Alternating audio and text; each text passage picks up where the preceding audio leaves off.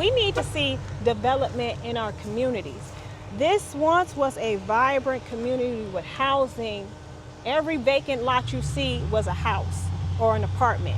And that's pretty much the story of a lot of communities in the city of Detroit. There's been a significant amount of disinvestment in our communities, which our current community stakeholders have suffered substantially because of the great exodus of people that have left. So this is what we're trying to do. We're trying to restore, rebuild, renew our communities one house at a time. And I really would venture off to say this house was once on the demo list in 2013. It had been on the demo list since 2013. Wow. So it was vacant. It was just basically bare bones. And it just took somebody like myself to come in and say, no, we don't have to tear down every single house. Some of these houses need to be reevaluated.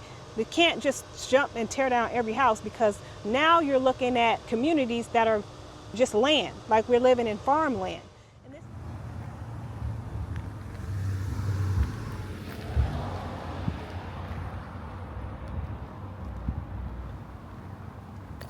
But I've been in the neighborhood for all my life. Wow. But I just moved over here about maybe 5 or 6 years ago. What are your thoughts about this emergence of these developers that actually look and talk like us doing the work? I love it. I love this. Finding somebody that picked up this building, and you know, they're doing a lot of work on these old houses around here, and hopefully we get some more prospects. So you've actually seen this building kind of go through its... It was trees growing up in the basement. It stayed locked up, but it was some squatters staying in there first, but the squatters gone. Yep. It's shaping up. Absolutely. What do you think about the paint, like the outside? Oh, I love it. The color just grew on me, because before it dried, I was kind of shady about the color, and then once it dried, then it grabbed me. Absolutely. It looks totally different, though. Yes, it does. Yes, it does. Hey, Candus. How are you? Good, good. Hey guys, it's Candus, the new Detroit realtor. We are here in Nardin Park at my project for phase 1 on West Chicago. So before you were here, there was a lot of work that needed to be done, and we've made significant progress with less than 30 days out from completion. You're looking at a 4-unit apartment. Each unit has 2 bedrooms, 1 bath. We're going to have central heat and air. We're going to have in-unit washer and dryers.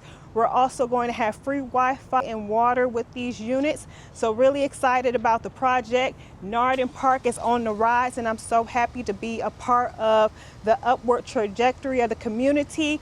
And it so happens to be the place that I grew up in. So I'm excited for you all to check out the progress. We are here, and this is the entry. We're actually going to redo the floors. This whole door is going to be replaced. But as you can see, there's drywall throughout. They're currently painting upstairs. So come check out unit 1.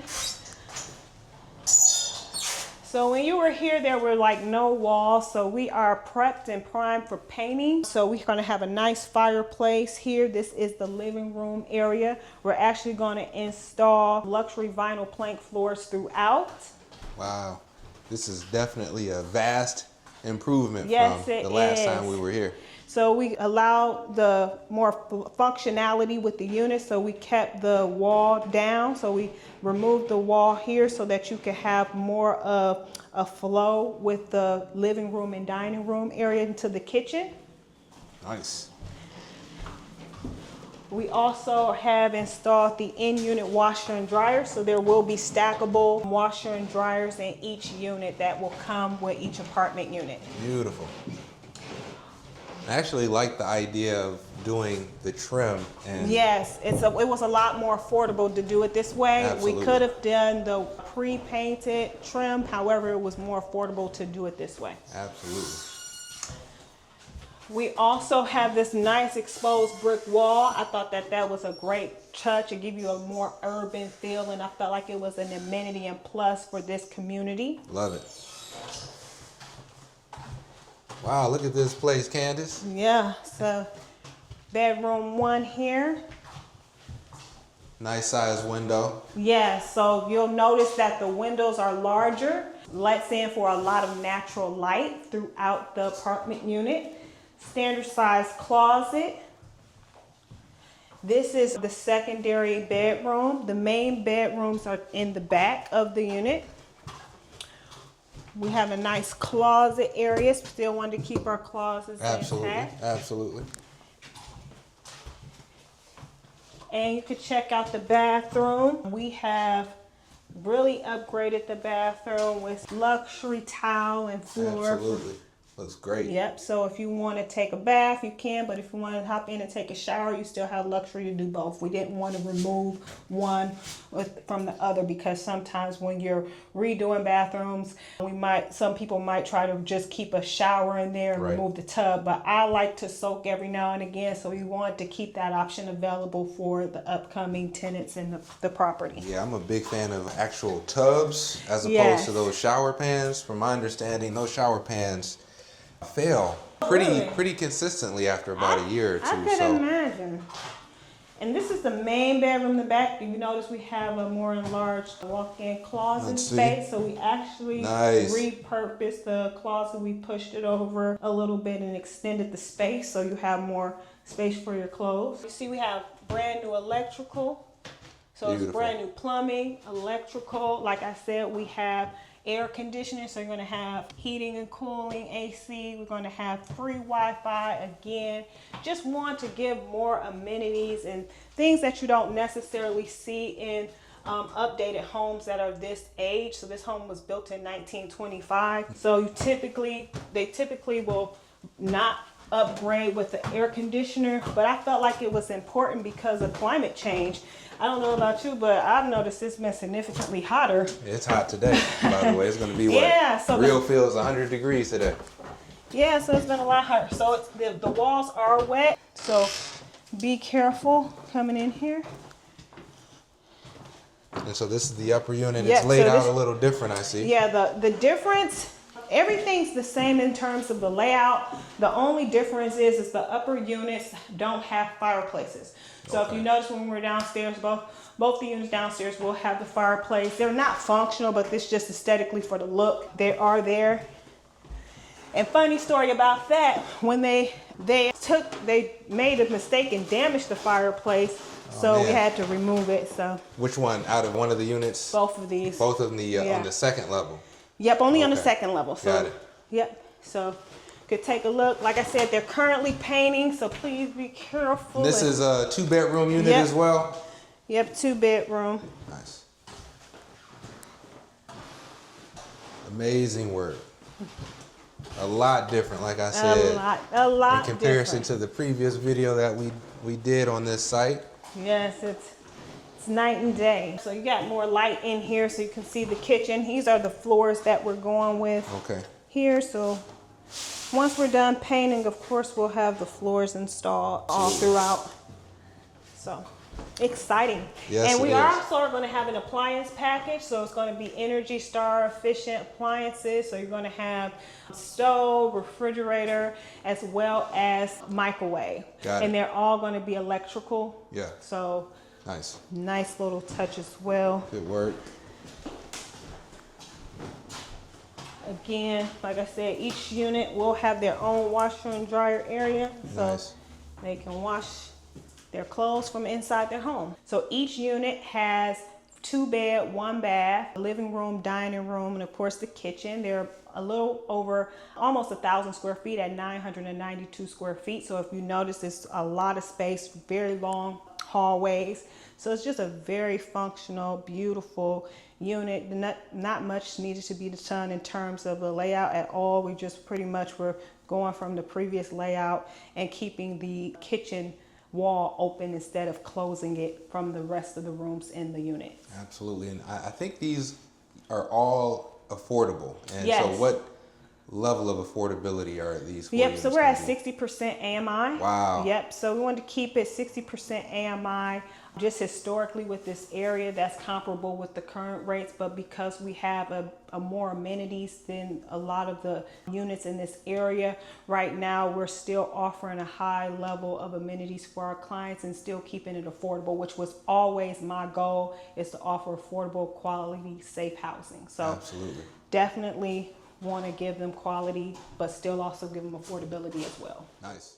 So talk to us about any unexpected changes since the last video and the different ways that you kind of implemented to kind of work through them. Yeah, absolutely. So we've had a few delays just in terms of working with certain city inspections. So in terms of just delays in time, that's been somewhat of a challenge because of course that pushes out your completion date, which you have those carrying costs as well. Another major thing was the subcontractors. So we had to switch up a couple of subcontractors just due to inefficient, ineffective work.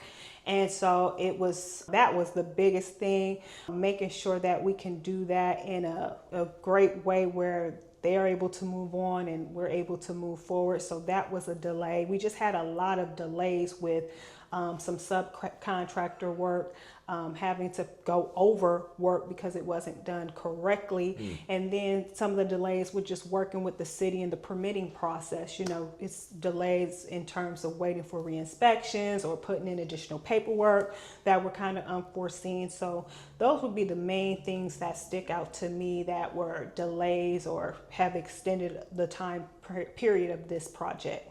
So are you kind of GCing the project yourself? No, I do have a GC. Okay. So what were the trades that gave you the most challenge? The trades that gave me the most challenge is the plumbing, having to switch out the plumber. They were busy, I guess, based on my understanding with the contractor, they were busy. So we were waiting for so long to secure that pricing, you know, because it's all about pricing as well, but it was just taking way too long. Some of the carpentry, the person we had doing the carpentry work, that gave us a few delays as well. So those were the two that really stuck out to me. Were there any potential lien were they threatening anything? No. Okay. No, I have no issues with any lien waiver signatures or moving forward or moving onward with the next person. Understandable. Sometimes that is the case, but yeah, well, luckily, when you're not in the wrong, you know, when they're in the wrong, Absolutely. it's a different story. So let's touch base on the funding aspect of this project. When we first featured you in the original video, there were some challenges you ran into when it came to the financing, the capital stack, and you worked through them. How did you work through those different challenges, and are there any funding partners or any support that you gained from funding partners that you'd like to highlight? Yeah, so I'm currently working with Opportunity Resource Fund with this project. Shout out to Mr. Carlton Shelton. He's been a huge help and support with this project. But what I really needed in order to make this project work was MISHDA. So the In My Neighborhood program was paramount for me to even be able to do this project. So once I received the In My Neighborhood funds, that allowed me to engage with Opportunity Resource Fund, where they were willing to back this project as well, along with MISHDA funding coupled with that. Wow, so the In My Neighborhood dollars, that's a grant, right? Yes. That is pretty significant that you were able to get, because that's a very competitive pot of cash. And so talk a little bit about that overall process and how long it took you to get from the application process to an actual commitment letter from them. Yeah, so I want to say that I applied for that in June or July of last year. And so I was able to secure the funding by October of last year. Wow. So Nice. it wasn't a long drawn Got out it. process. I think I was just very blessed and fortunate enough to get it. This was my first time working with MISHDA. I never applied for funding, so I did the application myself.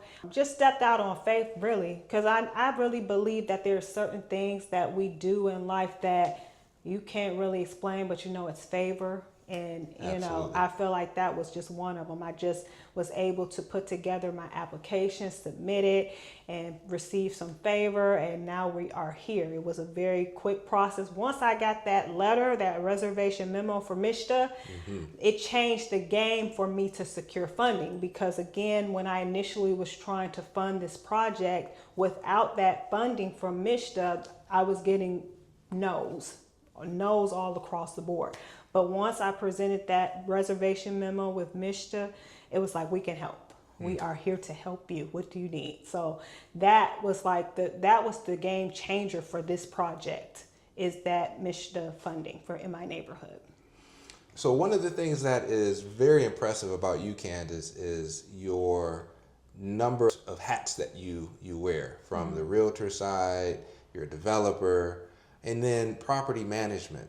So I'm going to assume that you're planning on managing this property as you do with the other doors that you manage throughout the city and beyond. So can you talk a little bit about that side of Candus Rucker so people can understand just how vast your range is when it comes to real estate? Yeah, absolutely. So I have a background in real estate. I've been in this business for 10 years.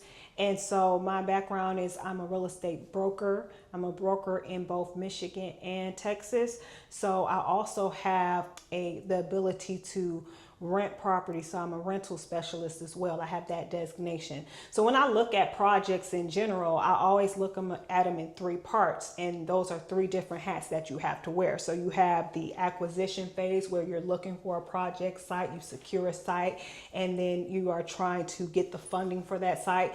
Then what we're in the next stage is now you have the construction and the project management side.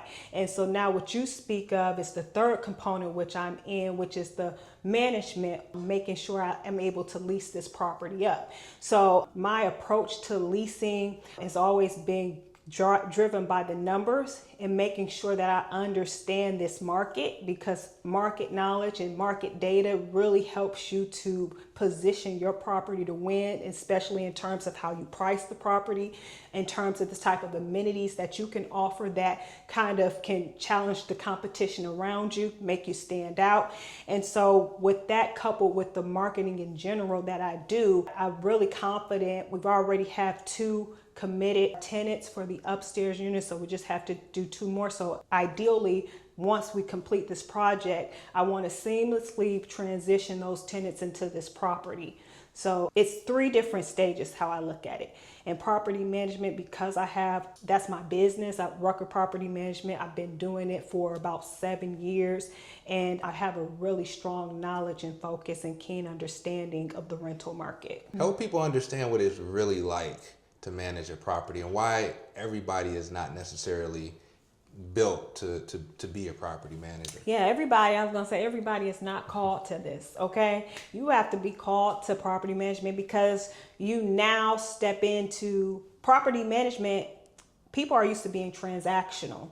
Property management is not transactional. It's more of a relationship. And if you do not necessarily care for dealing with people on that level, you should not be a property manager. If you get frustrated very easily with maintenance issues or someone calling you with a question, you should not be a property manager, because again, those are going to happen. So for me, my approach is you have to have systems in place. You have to have a property management system that is automated. So automation is going to be key, because that can help you to streamline communication with the tenant.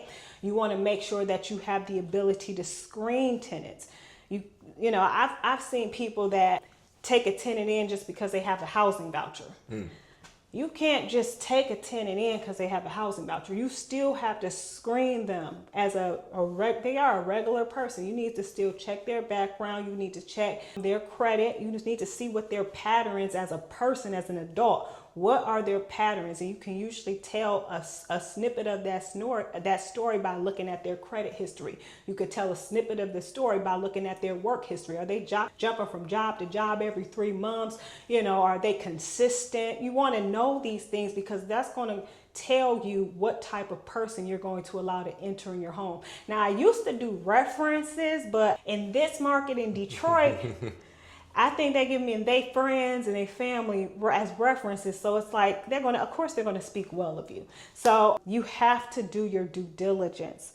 That's how you minimize risk. You can't ignore risk or escape risk because it's a part of life. However, you can minimize it as much as possible by doing your due diligence on the front end.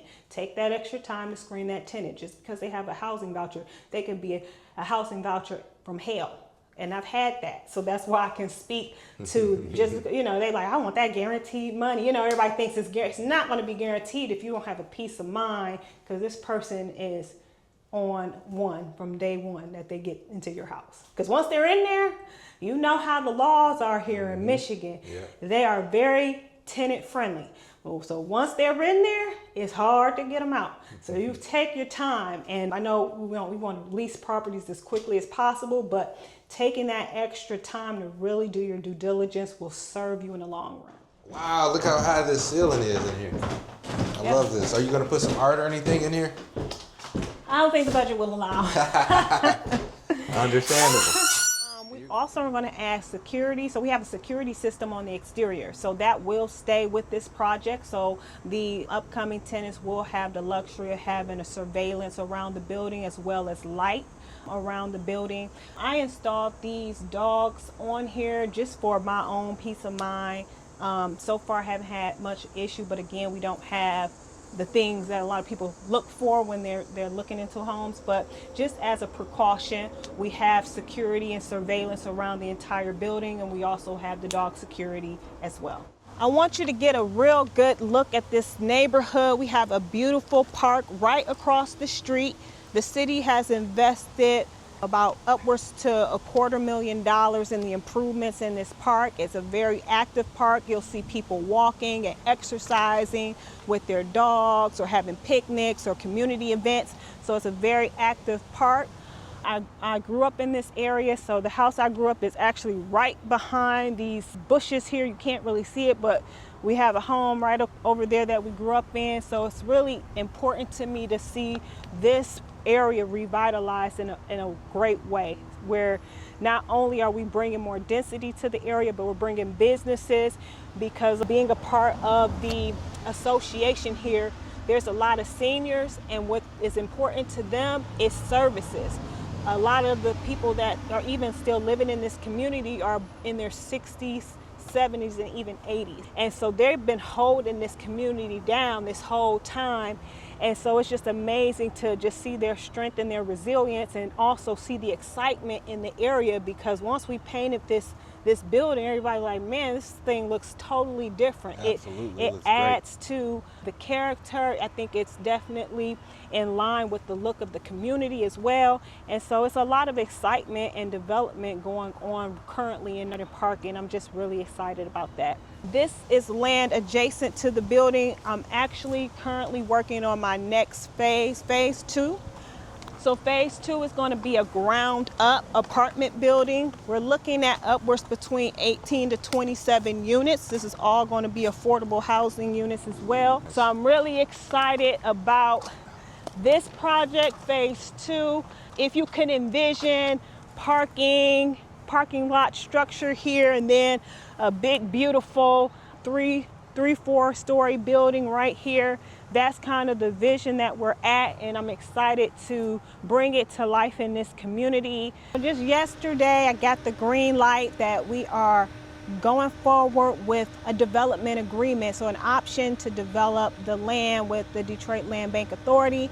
Really excited about it. So now the real work begins, and that's the pre-development. So that's what we've started doing. Just ordered the market study today, actually. Congrats. So yeah, we're just starting to do all our pre-development that is needed in order to package a deal for the LIHTC round this year. So two questions. Mm-hmm.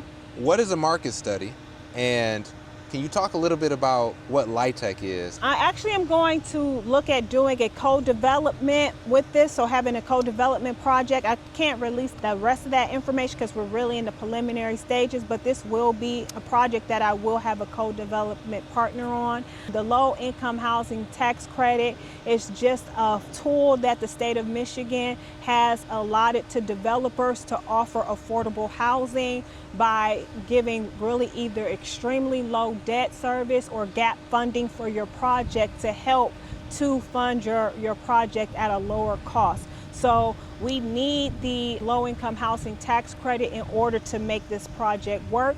So we will be preparing to apply for the LIHTC round this year. Now, the market study is just showing the feasibility of the project. So again, our goal is to do an apartment building. So what that market study is going to do is basically a study of the area, just showing the feasibility of putting that apartment in this area at the different price points, which will be affordable housing. So that's one of the components that is involved in doing the pre-development. And again, these are funds that you have to pay up front, right? So it's a risk involved because you're looking at anywhere between 30 to 40, even up to $50,000 of upfront costs just to see if this deal is going to work, which is your pre-development. So make sure that when you step into this stage of your journey that you are prepared mentally for the costs that are involved in just doing a project, presenting a project. The pre-development is something that is required even prior to the development being green-lighted officially. We're seeing so much development. We're seeing a lot of development in downtown Detroit. We're seeing a lot of development in Midtown, Corktown. We're seeing a lot of development take place, but this is a community. And that's really what I want to highlight and press upon the people, that we need to see development in our communities. This once was a vibrant community with housing. Every vacant lot you see was a house or an apartment. And that's pretty much the story of a lot of communities in the city of Detroit. There's been a significant amount of disinvestment in our communities, which our current community stakeholders have suffered substantially because of the great exodus of people that have left. So this is what we're trying to do. We're trying to restore, rebuild, renew our communities one house at a time. And I really would venture off to say this house was once on the demo list in 2013. It had been on the demo list since 2013. Wow. So it was vacant. It was just basically bare bones. And it just took somebody like myself to come in and say, no, we don't have to tear down every single house. Some of these houses need to be reevaluated. We can't just jump and tear down every house, because now you're looking at communities that are just land, like we're living in farmland. And this is not a farm, this is a city. This is a city that we live in. So this is just a case of point that not every house that's on the demo list needs to be demolished. They just need to be restored. They just need the dollars behind them. They need the people, the emerging developers like myself. You may not have a large developer coming in. They're not trying to come in and do community development. They're wanting to go downtown. We need community developers such as myself to see these houses and see potential and vision and bring them back to life. And that's what we're trying to do, one house at a time. So Candus, when it comes to the community response, they're seeing this take shape in real time.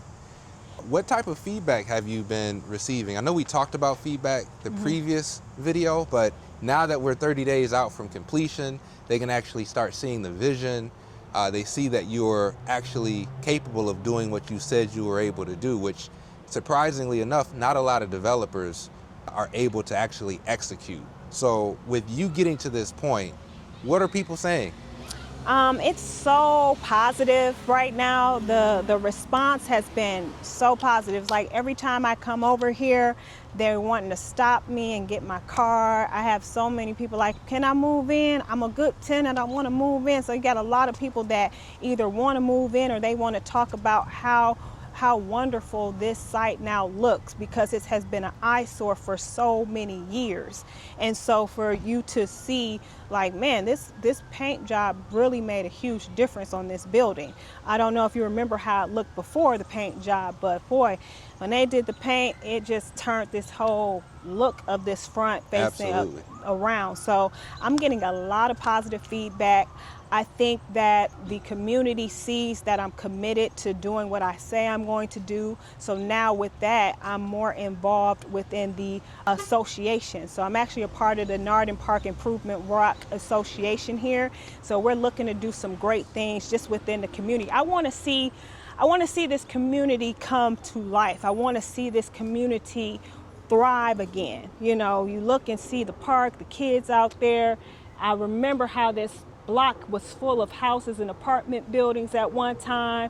I want to be a part of the story, the comeback story. You know, Detroit has a great comeback story, but communities need to have a great comeback story within the city of Detroit as well. And I feel like this community is on the rise to have that comeback story. Have you noticed any development activity since you've started this site? Yeah, I've noticed several properties in this area that people are buying and rehabbing. Since I've been over here, I've literally seen 4 other projects be completed or are in the process of completion. Nice. So to me, that is speaking volumes about what people are seeing in this community. They obviously see value and the importance of investing into it. So that really encourages me as well. The city also released some RFPs as well on this same block for apartments as well. So the city also has a desire to see more density in this area as well. So this Nardan Park community is definitely have a lot of eyes on it right now. What have you essentially learned from this experience that you'll be able to apply towards your future project? Yeah, one is hire slow, fire fast. That's the main one. The other thing that I learned is being involved in the community in which you are serving, because we're ultimately serving a need. When you're a developer, it's not just about you doing a project and developing, but being involved in the community in which you're serving is, to me, makes a huge difference, not only in terms of the support that you get, but the feedback that you get and the relationships that you can build, you know, with interacting with the people in the community. So community involvement, interaction is important.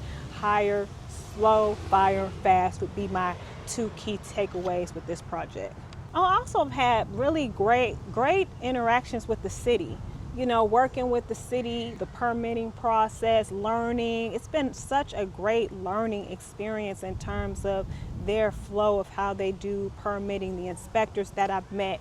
You know, just really being involved in my project. I really wanted to learn. I didn't want to just sit on the sideline. Although I had a GC, although I'm working with a project manager, I still wanted to be involved as much as possible to learn the process so that I can understand what to recognize moving forward in future projects.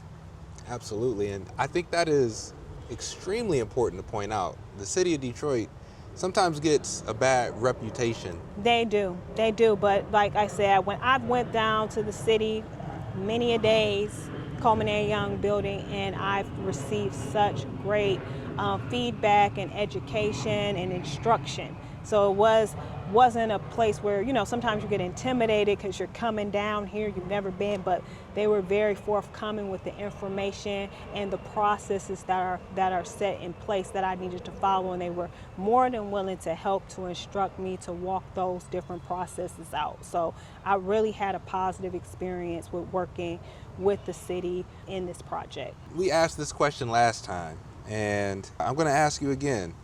What advice would you give to someone watching this video who's just starting out on their journey as a developer? They're wanting to do what you're doing.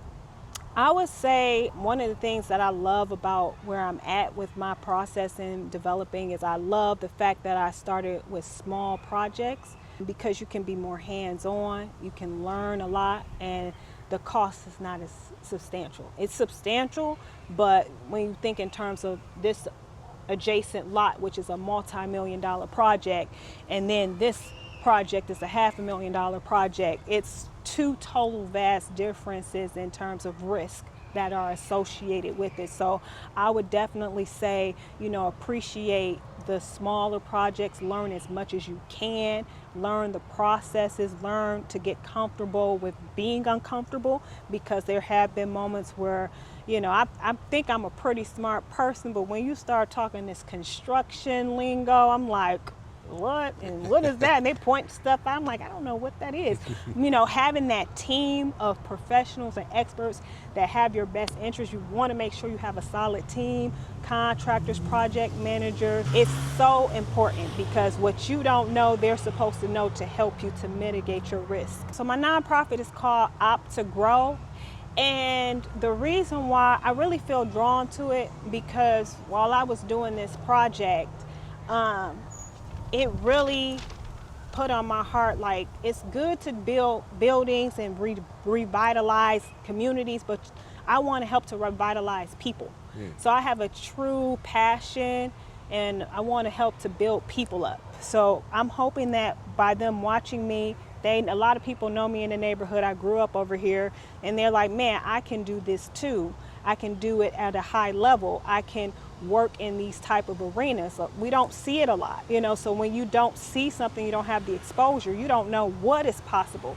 So what I'm hoping is that people can be inspired and encouraged to, like, hey, let me revitalize my community. Let me take a property and work on it, and you see the buzz around the neighborhood and kind of build upon that momentum. Because right now we're just building upon momentum that has already been laid before us with Miss McKinney. I know last time I talked about her projects. She's done a fantastic job, but just building upon that momentum and keep pushing the mission forward to just revitalize this area and have it be that comeback kid. How can people support the work of your nonprofit, whether it's through partnerships, resources, or, you know, kind of helping spread the word? I don't know yet. It's so new, but what we can do is just connect with me on social media as I really try to flush out the idea, flush out the organization. I will have more information coming in the future, but I would just say let's connect, you know, let's continue to spread the word about the power of just one seed being planted, you know, and seeing something turn into something beautiful that a lot of people did not know was possible. And think of people that way. It's a lot of people that have been thrown away. People don't see their potential anymore, but it only takes one person or one opportunity to kind of shift their thinking or shift the look of a building and the possibility of it. So that's kind of like my goal, where I want people to see or realize or follow. But yeah, follow me on social, the New Detroit Realtor. I am on there, and I think that's my name under all my platforms, the New Detroit Realtor, or Candus Rucker, Candus with the U, because a lot of people spell my name wrong, but it's Candus with the U. But you can follow me on there as well. That's my neighbors, y'all. They waving at me. They wave at me every day. Yeah.